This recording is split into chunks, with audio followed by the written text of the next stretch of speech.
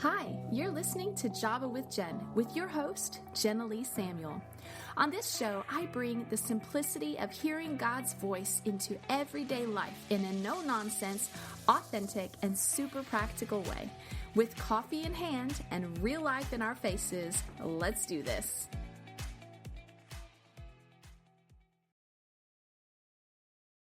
Hey everybody, thanks so much for joining me here for another episode at Java with Jen.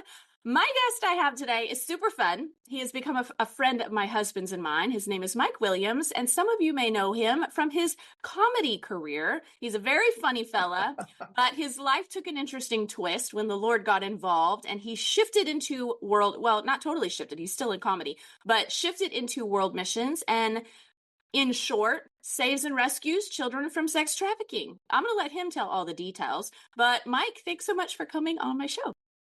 Hello, Jen. I cannot have Java with you, though, just so you know. I don't do coffee. Oh, man. Yeah, I remember coffee. I miss coffee. Why? Why did you give it up? Well, you start getting old and you start having some heart problems, and the doctors say no caffeine. So I have not had a caffeine product in 13 years. Bruh. 13 years without coffee. The first 6 months, it was hard to get out of bed. But now that I'm caffeine free, I wake up every morning at 5:30. I jump out of bed, no slag, no back. Just I'm ready to go. Wow! Yeah. Can you do green tea or matcha or anything? Nothing that has any type of stimulant or anything like that in it. Yeah. Wow. So for me, an energy food is like have a carrot. Woo! Oh, yay! I heard apples have natural caffeine. Maybe there you go. Well, I will drink enough for the two of us. And Thank you. Yes, absolutely. So let me read a little bit of your bio so people have a well-rounded idea of who you are. I'm excited to get into our fun little conversation here. Okay, so Mike Williams is a hilarious storyteller, which I can attest is true. We went out to dinner at, where did we go? The Roadhouse Steakhouse? And I think it was Roadhouse. And we just had a really great time, lots of laughing. And my son came along with us, my youngest, and he just had the best time. Anyway, so he is a songwriter, also a musician, a theologian, and award-winning comedian with over 30 years of ministry experience. He's known for his Dry Bar and Bananas comedy specials. Mike has written 20 books, holy cow, I didn't realize that, and released 18 audio-video projects, and he has toured with top names in Christian music. His comedy is played daily on Sirius XM, and he's a Gospel Music Association Dove Award winner. Mike, I'm learning things about you right now. Mike's life story is as inspiring as his humor. Adopted after being rescued from inner city trauma, he and his wife, Terica, is that how you say her name? Teresa, but close enough. Oh, okay. Later adopted a child from a similar background. In 2010, they founded Cups Missions, a thriving ministry that serves trafficked children, feeds the impoverished, and operates schools and churches in the Dominican Republic, Malawi, and Mexico City. Mike's latest novel, co-authored with W.R. Ponder, tells the gripping story of a young girl navigating life-altering decisions in the wake of Roe's overturn. Whether through comedy or missions, Mike's life embodies his motto, live for a statue, not for a tombstone. Was that a fair read-through? I don't know if I can live up to that. Well, I'm not going to lie. I took your bio and I dropped it in ChatGPT and I said, make this shorter. And so this is the ChatGPT shortened version of your bio. But I only sent you one paragraph. They made it big. Oh, gosh, that's funny. Okay, so I mean, just off your bio, I feel like we can have a 3-hour conversation, me asking you questions. But why don't you take us into, and this is how I was introduced to you, obviously. Okay, so my husband went on a missions trip with Mike to the went to see Mike in the Dominican and serve in their ministry and the trafficking down there. And when he came back, he told me the story about this comedian who had this thriving ministry or thriving career in entertainment here in the U.S. as a comedian and gave it all up and sold everything and moved down to the Dominican to work with trafficked children. So why don't you give us your version of the story? God has been good. I'm a rescued kid. Many years ago, God reached into the inner city of Chicago, Illinois, and pulled me out of this horrible, tragic family and dropped me into a Christian home. And so at this point, I get, raised in the church, very, very strict church. To give you the denomination, we were GARBC. I don't know if you've ever heard of that. Uh-uh.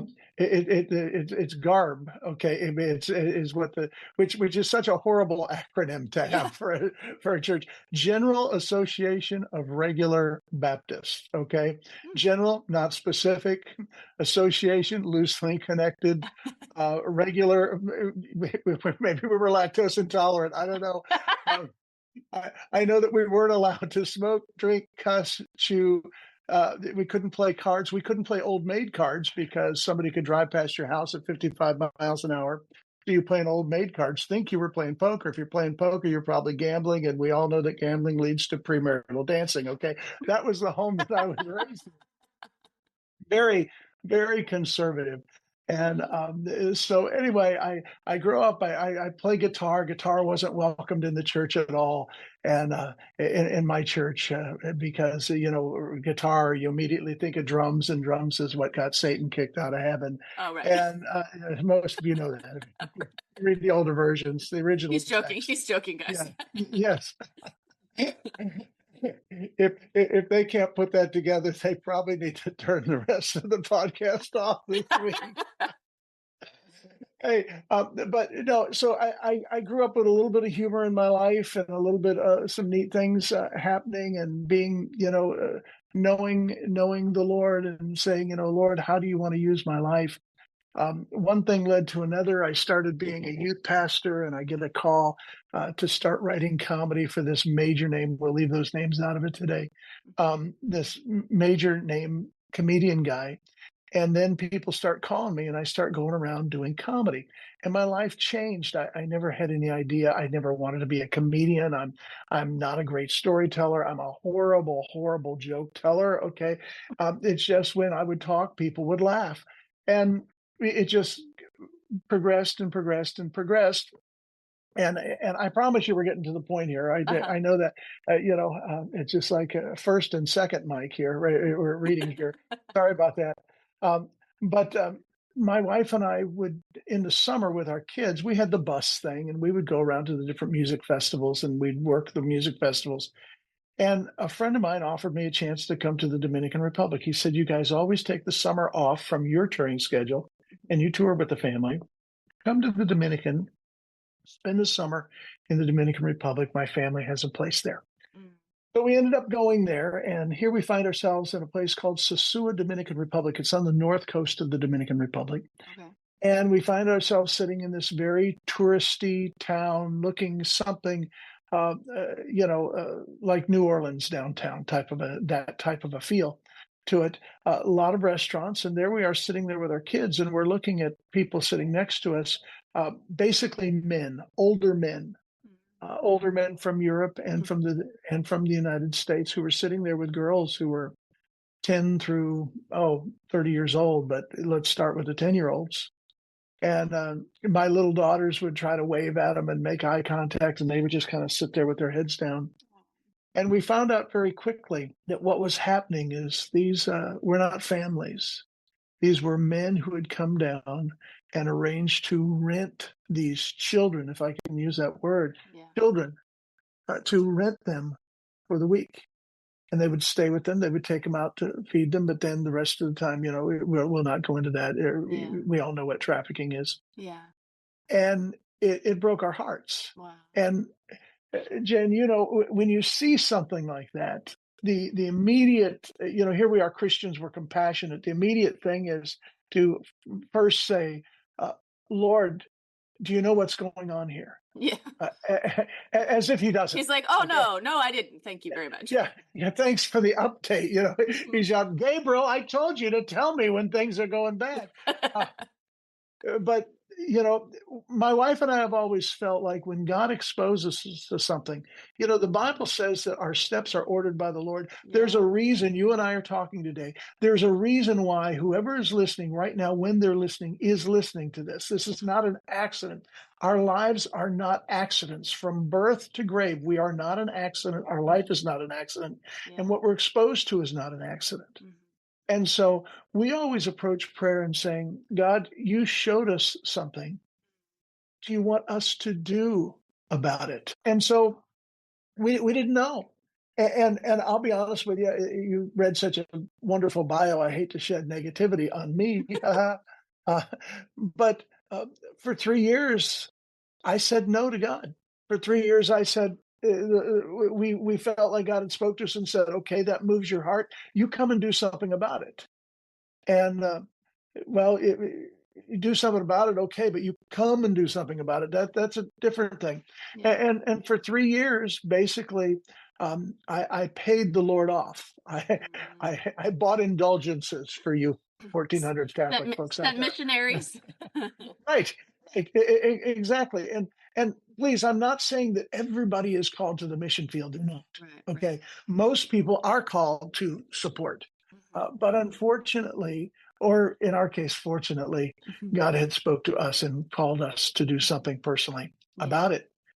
And 3 years into it, I remember I was sitting on a cruise ship overlooking the Bahamas, and I had this beautiful, beautiful veranda outside. It was a lovely room, and we were on. It was on the Premier Christian Music Boat, which, by the way, if you haven't been on it, please go on. It's a great trip. Okay, um, but I was miserable. I was miserable because God had called us someplace, and we were like Jonah. Mm. We were saying no. Okay. Well, we were better than Jonah because Yeah. we were at least sending money. I think Jonah was just cheap. Okay. He wasn't even sending other guys. Okay. Could have at least sent a friend. Could you go to Nineveh for me and talk? I'm not good. I'm busy. I'm making a model airplane this week.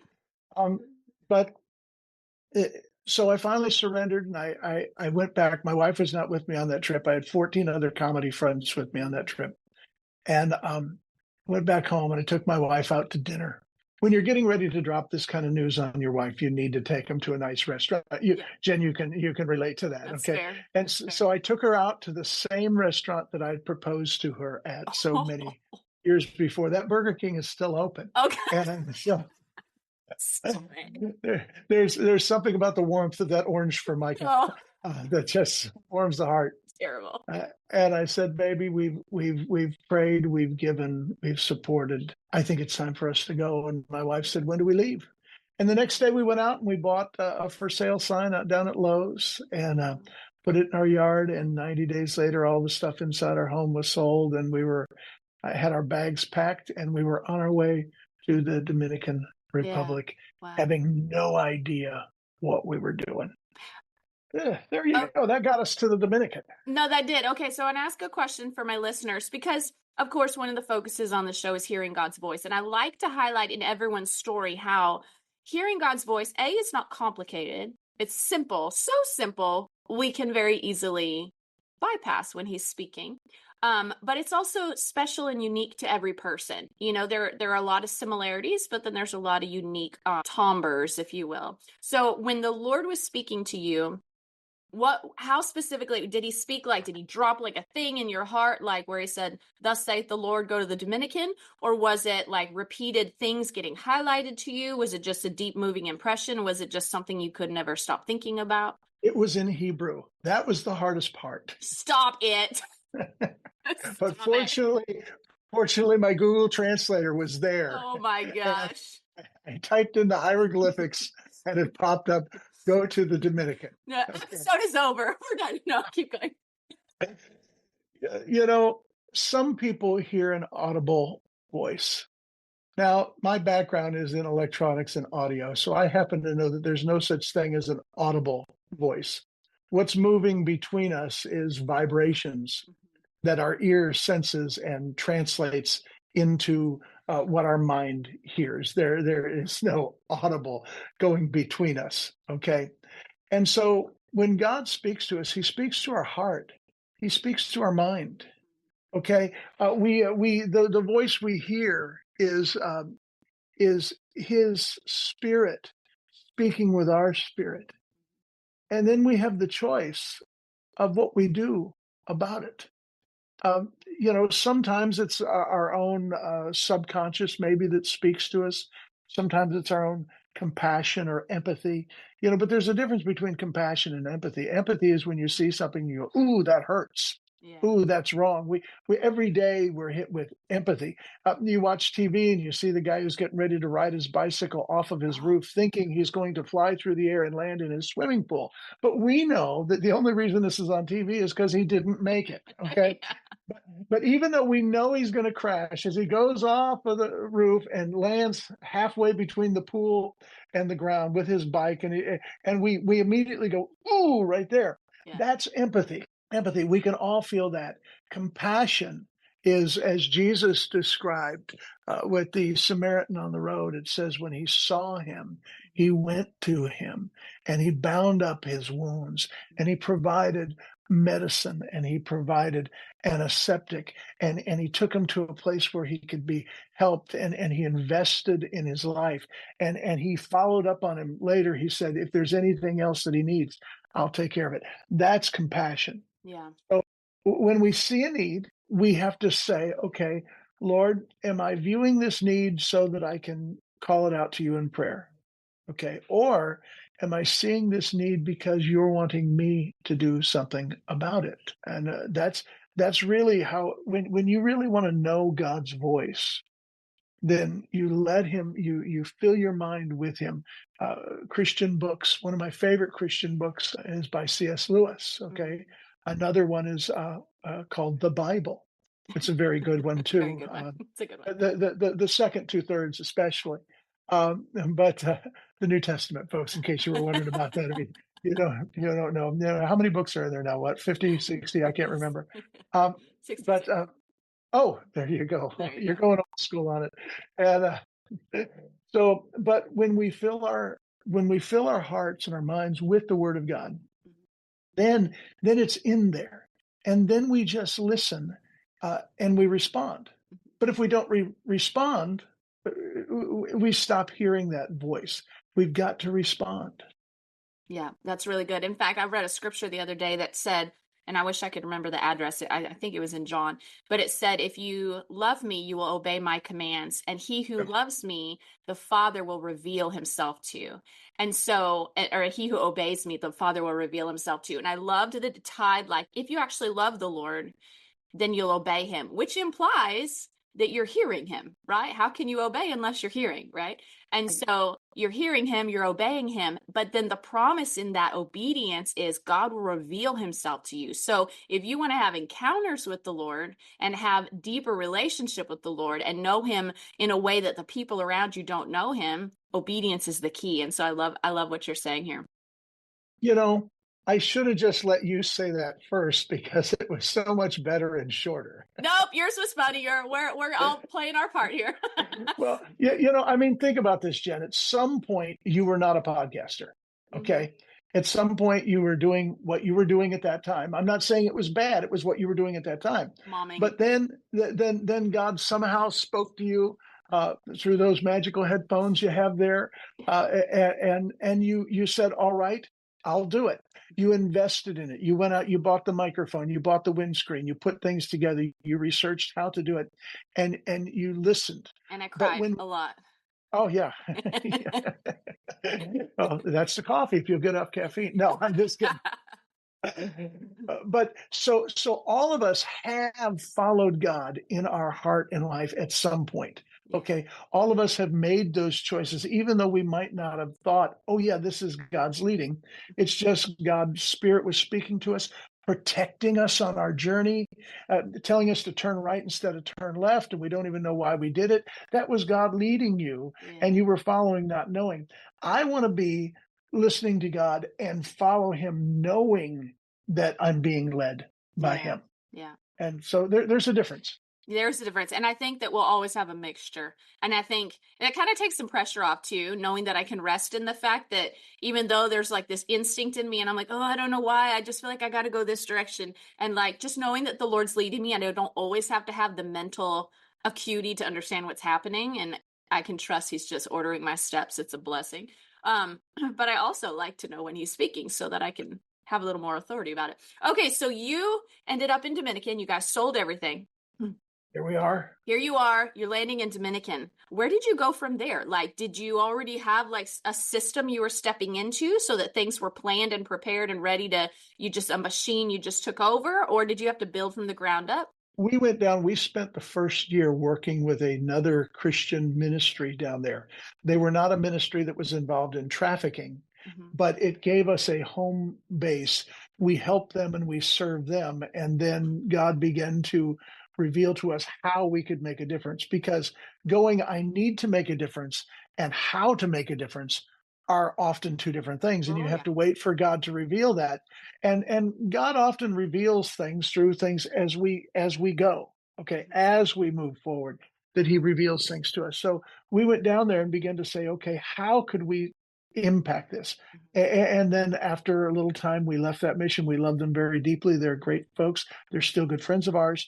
But God put us into the focus position that we are in, and we begin to go up to these poor, very poor villages, villages of sometimes 500 people that would be just abject poverty. You've seen it. We've all seen the videos around the world, and these were the villages that the traffickers would target. Mm. They would target those villages because the people were so poor. Yeah. The Dominican has what we call the Dominican fairy tale. It says this, to your daughters, you go out and you find a man, especially an American man. That's what they really target, American men. And which is, by the way, 7 to 1 what come over to the Dominican Republic. Okay, on the plane, seven men for every woman there, and there's a reason. Um, you go out, you find one of these men, you do whatever he wants you to do, including if he wants to do drugs, you do drugs with him. If he wants to drink, you drink with him. Whatever you want there, and then you connect with him on Facebook. And then when he goes back, he will be so enamored with you, he'll want to turn around in 2 weeks, he'll be back and he'll come back again. And you do whatever he wants you to do, because one day he will take you back to the United States. You'll get married, you'll live in a mansion, because we all live in mansions in the United States in their mind. Yeah. And Yeah. for most of us, our houses, no matter who's listening today, compared to the homes that they're coming from, it is a mansion. Yeah. Okay. Yeah. So you'll live in a mansion. You'll be able to send money back home to your family. You'll be able to pay for your brother to get a motorcycle, and he can be a motorcycle driver, and he can provide transportation for the family and have a job. Do it for your family. And so it's not looked at as strange. It's not looked at as weird. We, every day around 3 o'clock in the afternoon, we see these girls who put on these little spandex outfits, hop on the back of a motor concho, and ride from that village and villages. Now we have about 6 villages that we're working with, and they ride downtown Mhm. uh, to just wait on the street. We also have the Russian mob who has come in and taken, especially the younger girls, and puts them online that where they're not even Ugh. in front of the people, and so you can order your girl online when you get there. I could tell you some horrible stories that your listeners don't want to hear, but Yeah. let me tell you, everything you can possibly imagine, folks, I'm telling you, it's much worse than that. Wow. And so we go in and we say to these, we may not be able to rescue every girl on the street, but their younger sisters that are coming along are getting ready to go out there. I mean, one night, Jen, we were leaving the hotel and I saw a flash bulb go off, and I walked down this little alley and we meet this girl. And she's glassy eyed. You could tell she'd been drugged pretty well. And she's 11 years old. And the mother's taking pictures of her so that they can put her online with the company that does that. And this is her first night to work the street, because today was her birthday. She turned 11 years old. Wow. What do you do? Yeah, that kind of stuff breaks your heart, and you say, I've got to do something about it. So what we do is we have a school, a discipleship training and sewing program that we get these girls into Wow. and teach them an option. Okay. Uh, People say, but I bet it doesn't make what the girls make on the street. No, it doesn't. But let me tell you what, you might be surprised to know that these girls working on the street, most of them are lucky to make $5 a night Wow. for destroying their body and getting diseased. It's tragic, but $5 going home is 5 pounds of beans or 5 pounds of rice. That minimal amount of money makes a huge difference. I mean, here it's something we tip on the side. Here it's something oh, that's $5. Yeah, whatever, it's cheap. But there, our spare change Wow. changes a person's life Mm-hmm. in the third world, whether that's through cupsmission.com, our mission. Okay. Notice how I worked in the website Yeah, there that was for, very, very smooth. I like that. yeah, I just slid cupsmission.com. Right. Nobody would even hear cupsmission.com in there, but it just slid in there. Or a number of other missions that are around the country too, Yeah. that are doing this type of work. And we can have a part. So we went down and we started ministering to girls. And so there we are. We've got bakery program. We got 4 bakery schools, 4 sewing schools, Wow. 5 community centers, multiple churches. There's yeah. That's incredible. And then boys too, right? You guys work with boys as well, because sadly, as it Yes, is, boys get trafficked as well, right? they do.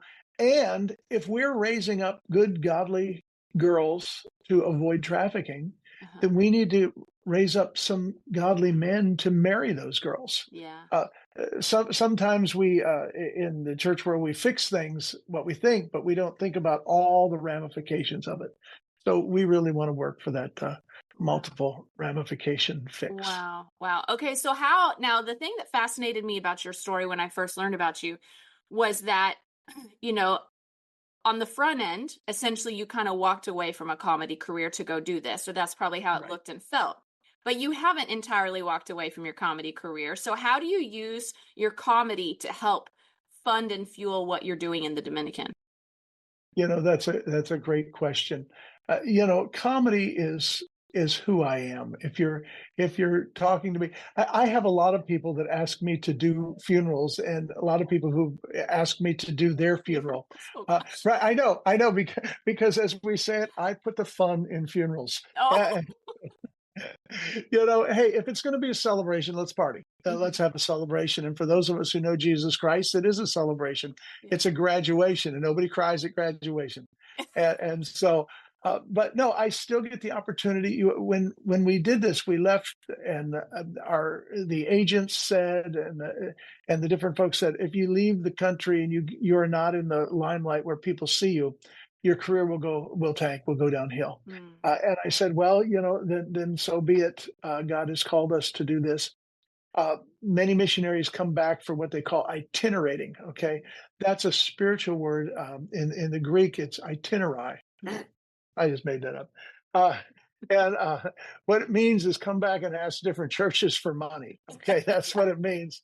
That I said, so instead of itinerating and going to churches, I'll just come back for 6 weeks out of every year, and I'll go around the country and do comedy events. Mhm. And so we didn't ask churches to support us. We had churches that came down. We had churches that supported us. We had churches that heard about us and said, let's help you with something. But pretty much I would come back and tell a few jokes, sing a few stupid songs. I wrote a silly song this morning. Yeah. And so Are you gonna sing it for us? no, I'm not, Oh. because your people would not think I was very spiritual. Well, I'm sure. But Okay. it was. I'll tell you. It was basically. It was about a friend of mine. I have Mhm. a friend who every week he would pocket dial me. You know how your phone will just dial Yes. somebody. Yes. Every week he would pocket dial me, and I would listen in on his conversation. As I don't know how it would call me. I don't know if I was the first person on his list or something like that. But it would call. And he did this for like 3 years. I mean, it would go off when he was in the shower, and you'd hear him in there singing the shower, water. And he'd go, staying alive, And so, and then 3 years, after 3 years of this, it just stopped. Oh, It just how stopped. He sad. never pocket. Right. Oh, I know. And I missed it. and and I got to thinking about that. And I got to thinking about, I've been trying to write the world's perfect country song for years, which I think I may have just finished this morning. Okay. But when I go there, it's not ready for prime time. But so anyway, he hadn't pocket dialed me in a long time. And I wrote a song, a sad song about a relationship that had gone bad, how it started out so great. But the tagline is, now you don't even butt dial me no more. Okay. So that's It sounds like a great country oh, song. next time I'm in Texas, I'll put on my hat and we'll appreciate it together. There we go. I love that. Okay, well, I love the creativity of how you decided, because I grew up a missionary kid. And so I grew up where we would go from church to church raising support. And Right. there's a time and a place for that. And how else are missionaries going to get support but from the churches, right? But I didn't love growing up that way, in that I didn't like feeling like we were professional beggars, which probably means we weren't doing it very well, you know. But so I appreciate the fact that you were like, let's do something a little bit different. Let's do missions a little differently and fund it differently. I just think that's so creative. And I love it. And I love that then you can also bless churches, because Mike, of course, you came to our church. And so we had I think it was a Wednesday night service or something that we had you come. And it was a lot of fun. The people loved it. The people loved having you there. And I think we were able to send you with an offering. I hope we were. And so, You guys were very generous. Thank you. okay, good. I'm glad. And so for those who are listening, if you're like, oh, this would be great, we would love to have Mike, we would love to help support what he's doing, there's a few ways they can get involved. So one would be to have you come during that 6-week part of the year or whenever you're traveling, and they could come have you speak / make people laugh. But then they could also come and do a missions trip with you, correct? Or how else can they help get involved? Great ways. If they would love to come down and do a mission trip or considering it, they can go to Cups Mission, CUPS, just like that coffee cup that they're viewing in right in front of them, right there in your hand. Cups, CUPSmission.com, and they can look at our serve team trips, and they could be on it. We've had people as old as 84 years of age, and she made it almost halfway through the week before she passed, but she had a good first of the week. No, she made it the whole way. We've had kids as young as 4 years old. That was an absolutely crazy trip. I said, oh, those people will never be back. Those people who brought their 4-year-old and now run an orphanage in the Dominican Republic. So, God works in great ways. If you'd like me to come by and do some humor at your church, very appropriate church humor, by the way, you can check that out my name is Mike Williams. You just type in Mike Williams and the word comedy. Why does somebody just send me messages in the middle right there of our conversation? Sorry about that. They love you. Oh, yeah. So I'm sure it's there. I have some people who are very concerned about my warranty on my car, and they call me every week just to So make sure that my thoughtful. car. I know my kids don't do that. My kids don't do that. So, okay. Okay, so one thing that so for what he was just saying, go on a mission, and then I want to tell a little story about the Stephen and Shiloh. They went together, and Shiloh was, let's see, he's 12 now, so he must have been 11, I guess, right? It was last year. Yeah. I think he was 11 when he went, and Mike and they took a team down to the red light district, right? Right. And Right. they had some teenage boys with them too. So I didn't know that Steven was going to be taking my little innocent 11-year-old to the red light district till after it was over. And I'm not going to lie, I was a little mad about it. But at the same time, he said, Jen, we sat all the boys down afterwards, and it became one of those pivotal, life-altering moments where they saw firsthand the dangers of pornography and what it Right. does to humans. Right. And that was a very life-changing moment for my son. Do you want to talk about what you do when missionaries come down and how they minister? Yeah, that would be great. I'd love to do that. People get worried about that. They say you're going out on the street. What are you going to do? We have a little restaurant that we work with. We go down and we sit at a restaurant, and the girls that are walking around simply walk by. And as they're walking by, the ladies from our team, many of the ladies from our team, go out there and just talk to them. And here's what we're basically saying to them: we know how dangerous it is for you out here on the street. Um, we pray for you. How can we pray for you tonight? And what you're going to find is when they find out that our teams are out there, they will come from blocks away just to be prayed for, to have their children prayed for. Many of I rarely meet a girl out there who doesn't have a child or two. Okay, unless they're really, really young, and even then, sometimes the 13-year-olds have children. Okay, that are out there, and so we're able to share the gospel, and they want to hear it. They want to be prayed for. I mean, there's folks that have lived in the United States and never shared their faith one time, ever. Well, here's a place where people want to hear the good news. They want to hear a message of hope. They want to hear a message of encouragement. They want to hear that they can be forgiven and redeemed. And so we give them the opportunity to see that. You say, well, what about the way that the girls are dressed? Well, some of them are dressed just like business people because that's their motif out there. That's what the buyer wants for that. And others are dressed very scantily. My girls have been going down there since they were 6 and 7 years of age.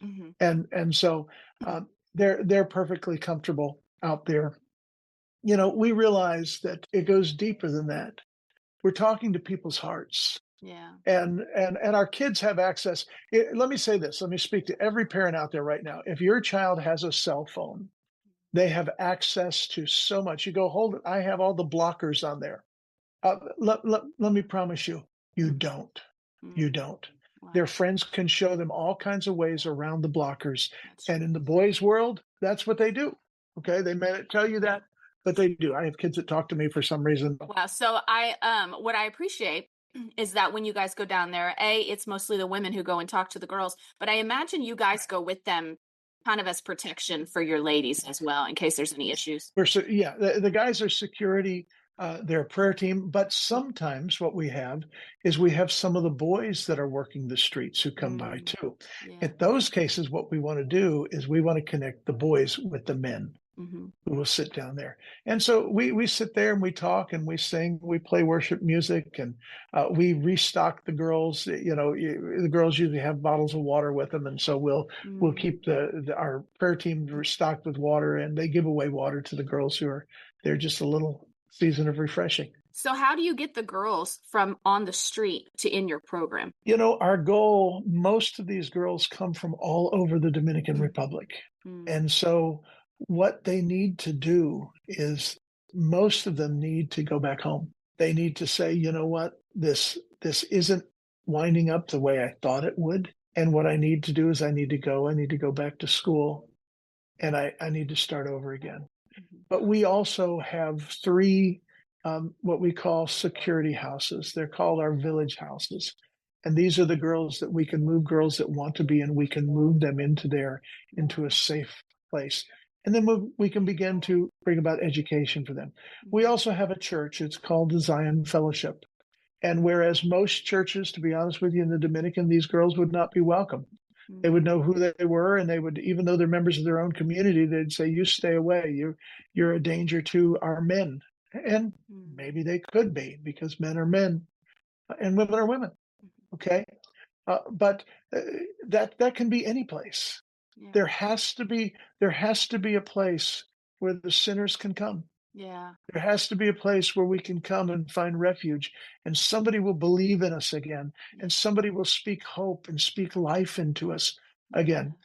So we have these little QR codes on the track thing that we use, and it directs them directly to our church where they can begin to come in. And we don't care if they worked on Friday and Saturday night. They join us on Sunday morning. Just start. Yeah. Just start. Just start making the transition. Start believing.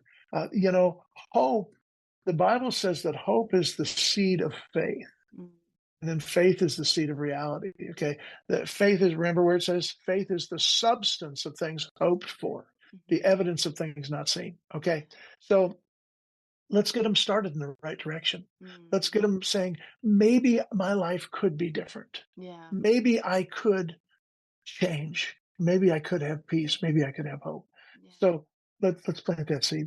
That's so good. And then you guys also do work with, you go to the slums, right? And you bring food every week?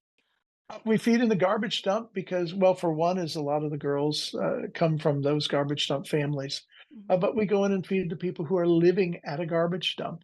These are mostly Haitian refugees, and they have no paperwork. They're not legal in any country, often even their own country of Haiti. They don't have legal paperwork to be there. And they scrounge through the garbage dump for scraps that come from the hotel. In those scraps of food are also all the toilet paper, because we throw our toilet paper in the trash, not into the toilet in the Dominican. Okay. And so it's a very dangerous job. We go out there and we feed them big cups of soup. And you've been out there, right? You've been with us there, and big cups of soup. And oh, you weren't on the mission I trip. That's wasn't right. there. Steven did. Next time, okay. Big cups of soup and peanut butter sandwiches that our teams make, and bananas, and we bring in about 400 gallons of water into the dump every day. That's clean water because they have no access to water up Wow. there. And so we provide the water that's going to be the water that they'll drink. It's going to be the water that they'll use to bathe in I think right the there. thing that struck me when Stephen told me about all that was that these Haitians are a people that live in a limbo space where Right. the country they're in is the Dominican. It's not their country.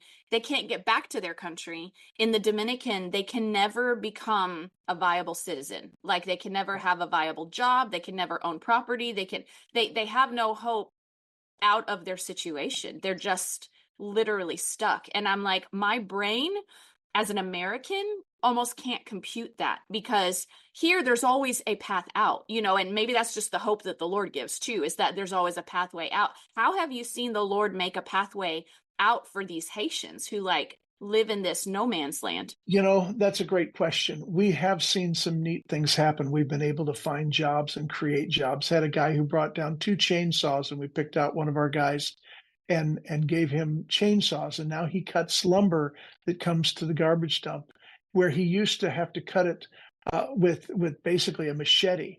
Oh, Now wow. he can do 6 times the amount of work in the garbage dump because of the chainsaws Wow. there. A neat work.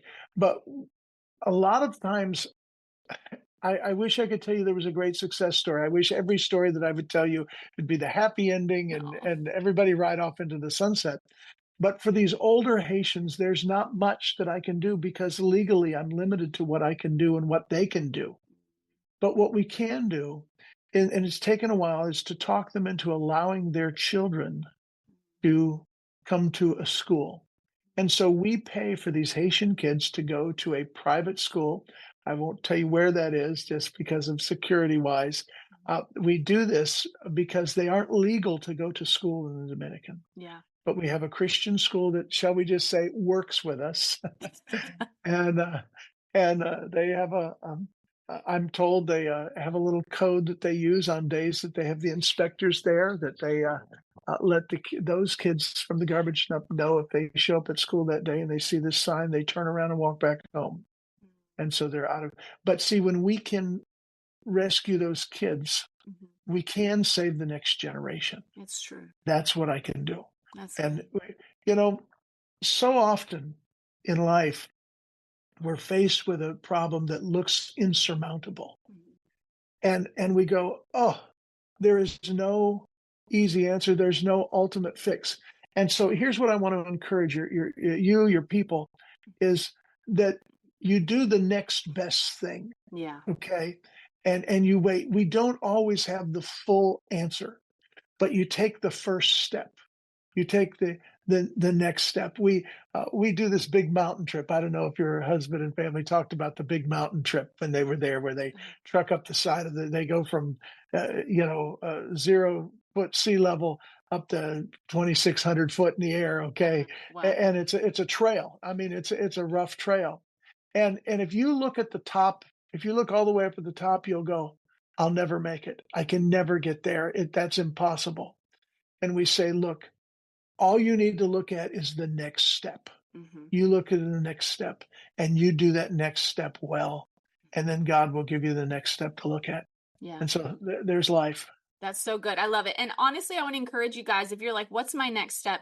Honestly, giving, financially supporting is because the word of God says that where your treasure is, there your heart will be also. And so where you sow, you're invested, and your heart will naturally attach to the things that you put money toward. And so even just supporting financially is one of the simplest, easiest ways that you can get involved. Praying for this ministry is another way that you can. Have him come speak at your church and raise money by getting involved at your church and bringing more attention to the mission that they're doing. Sharing it on social media. And then, of course, ultimately, like, see if for those of you who feel like I want to go put my boots on the ground, then go on a missions trip and go see. In fact, it was a short missions trip. It's like 5 days or something. I was like, Right. Steve, this is the shortest missions trip you've ever taken. But they had all these stories when they came back. And so for those who are worried about the time off work, this is an ideal situation. It's a very short trip. I don't know when this is airing. I'm thinking probably soon. Between now and the end of December, we have this wonderful matching grant that a donor has given to us, and we need to raise another $70,000 to get the full extent of this grant. Okay. If anybody would like to donate to that, they could go to cupsmission.com, just click on the donate button, and give whatever they can. I don't care if that's $1. That would be helpful to us. $1,000. The question is, what are you going to do with that, Mike? I'll tell you what we're going to do with it. Our current church we don't have enough room. Okay, but even harder than that, worse than that, our current sewing factory, where we can give the girls jobs after they graduate the sewing program, needs to be quadrupled in size. We can quadruple the amount of girls that can actually have a job. And so I need to do that. So we're raising the church up, and we're going to take the entire church now and almost double its size. But what's going to be the second level is going to be an entire sewing factory for girls, so they can really truly have an impact directly on the lives of girls, not just for a day, not just for a moment, but through this, that would be for the rest of their lives. So if you could go to cupsmission.com, any type of gift would be great. But put down in a little comment box, put matching, or put down saw Java with Jen, so we'll know there, and or pick up one of the books. That would be a great way too. Perfect. Yeah, talk briefly as we wrap. You mentioned that you just wrote a book, and so tell us a little bit about it. I have a new book called Holding Someday. Holding Someday. I wrote it with my good friend, missionary friend, W.R. Ponder, and a great guy. It's a novel. It's a novel that takes you on a journey of a girl in the United States who is torn in the midst of the whole Roe v. Wade episodes that we just went through, of the overturning of that. And she is torn between what she will do and what choice she will make. She ends up going to work for a pregnancy resource center, and then she gets hired by basically an abortion clinic at the same time. And for a short time, she works at both places. She sees the insides and outsides. What's neat, Jen, is all of these stories are true stories, real stories that actually happened. We had to change the name to make sure that everybody was protected. But I know it's 110,000 words. It was 200,000, but the publisher thought it might be a little long. Yeah, maybe. So we're working on. They've already talked to us about some sequels and things like that. But if you want to give something to someone this Christmas that will help our mission, but also help someone who's maybe on the fence, maybe they're a millennial, maybe you've got a daughter or daughter-in-law who's going, I'm not sure I'm really pro-life. Get them this book. They won't know whether the book is pro-life until they get to the very last page of the very last chapter. But I promise you, it will change the way they view it all. So you can get it at Amazon. You can get it at Faithful. You can get a discount at faithfultext.com, faithful, TEXT.com right there. Holding Someday. If you want me to come and do comedy, MikeWilliamsComedy.com, MikeWilliamsComedy.com. And there's videos you can watch and see what I am when I'm funny. Yeah. Well, and I'll put those links in the show notes. So if you guys want to get his book, have him come do comedy, or check out his mission in Dominican, we'll have all those links for you guys in the show notes. But Mike, thank you so much for what you're doing. Like, just listening to the work that you're doing, it just gives my heart hope. Obviously, we can't all do all the things. And so it gives me so much encouragement seeing the people in the body like yourself doing their part. And it just gives me encouragement and a hope. And I'm excited to send my family again to come with you. Amen. I'm looking forward to seeing them again. I want to speak one word of encouragement to everyone out there. Choose to live your life more worthy of a statue than a tombstone. We'll have time to cast our crowns at his feet, but for the life we've been given, make it count. Make it move some mountains. Why? Because God is in us. And when he is in us, there is nothing impossible because he is there. He is the strength. He's the, to use the old Bette Midler line, great theologian she was, he's the wind beneath our wings. And that's true. Thank you, Jen. It was great to be on the program with you today. Absolutely. Thank you so much for being here with me, Mike. You guys, thanks so much for listening. Hey, do listen. I encourage you to do it every time because these episodes are so good. I love my guests. Send this episode to some friends. Send this to maybe you know someone who's been burdened for trafficking and doesn't know what to do, but they're gripped by the gravity of it and they want to do something. Send this to that person. Send this to anybody that you know that would resonate with the content that we're talking about, or maybe they'd want to connect with Mike, or maybe they're a pastor and they want to have him come to their church, whatever it is. Send it to everybody in your phone. Just send it to everybody. And you guys, make sure you come follow on Instagram at Java with Jen. Do some searching, find Mike online, or grab some of those links in the show notes and check out everything he's got going on and how you can connect with him. Thank you so much for listening, guys. We love you. We'll see you next week. Bye-bye. Thanks so much for tuning in to today's show. Listen, let's stay connected. Come follow me on Instagram at Java with Jen, where you can follow the latest and say hey. It's a really great way to stay in touch. Many of you have also asked how you can support the show. You can make donations through the Anchor app or on Patreon, or of course by sharing, rating, and reviewing on social media and iTunes as well. Your heartfelt feedback always reminds me why I do this. Also, don't miss our merch store where you can get super cool Java with Jen swag and coffee. Find it at javawithjenmerch.com. Until next time, remember, hearing God's voice is simple, and he wants to be a part of your everyday life. See you next week.